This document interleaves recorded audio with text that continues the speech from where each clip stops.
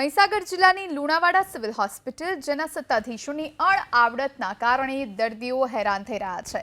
અહીં આવતા દર્દીઓને લોબીમાં સારવાર આપવામાં આવી રહી છે, કારણ કે હોસ્પિટલના જનરલ વોર્ડમાં દર્દીઓને રાખવાની જગ્યા જ નથી।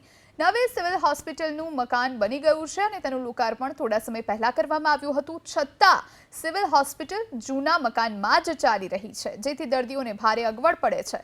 સવાલ અહીંયા એ થાય છે કે જો સિવિલ હોસ્પિટલનું કામ પૂર્ણ નહોતું થયું તો તેનું લોકાર્પણ કેમ કરવામાં આવ્યું?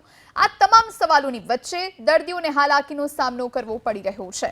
સિવિલ સુપ્રિન્ટેન્ડન્ટ સાથે વાતચીત કરતા તેમનું કહેવું છે કે ગરમીની સિઝન છે અને 1-2 દિવસથી દર્દીઓની સંખ્યા વધારે છે।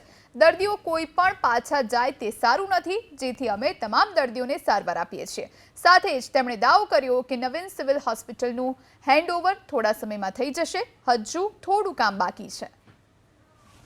સાહેબ એવું કહેવાનો સવારનો હું અહીં ગાડી આવેલો છું ચેકિંગ કરાવવા માટે મારા વાઈફને।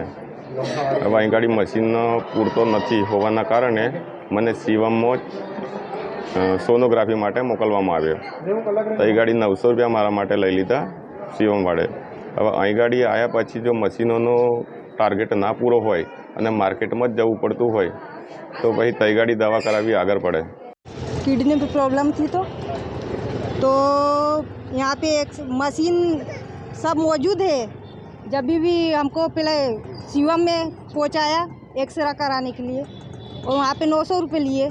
यहाँ पे मशीन है तो क्या काम की? एक्चुअली અત્યારે ગરમીની સિઝન છે અને પેશન્ટો થોડા હમણાં 1-2 દિવસથી વધ્યા છે।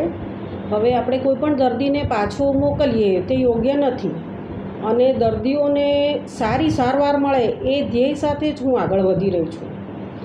એટલા માટે દર્દીઓને પાછા ના જવું પડે અને એમને સારવાર મળે એટલે વોર્ડ આખો ભરેલો છે તો બહાર 1-2 કોટ એટલે આપવા પડે।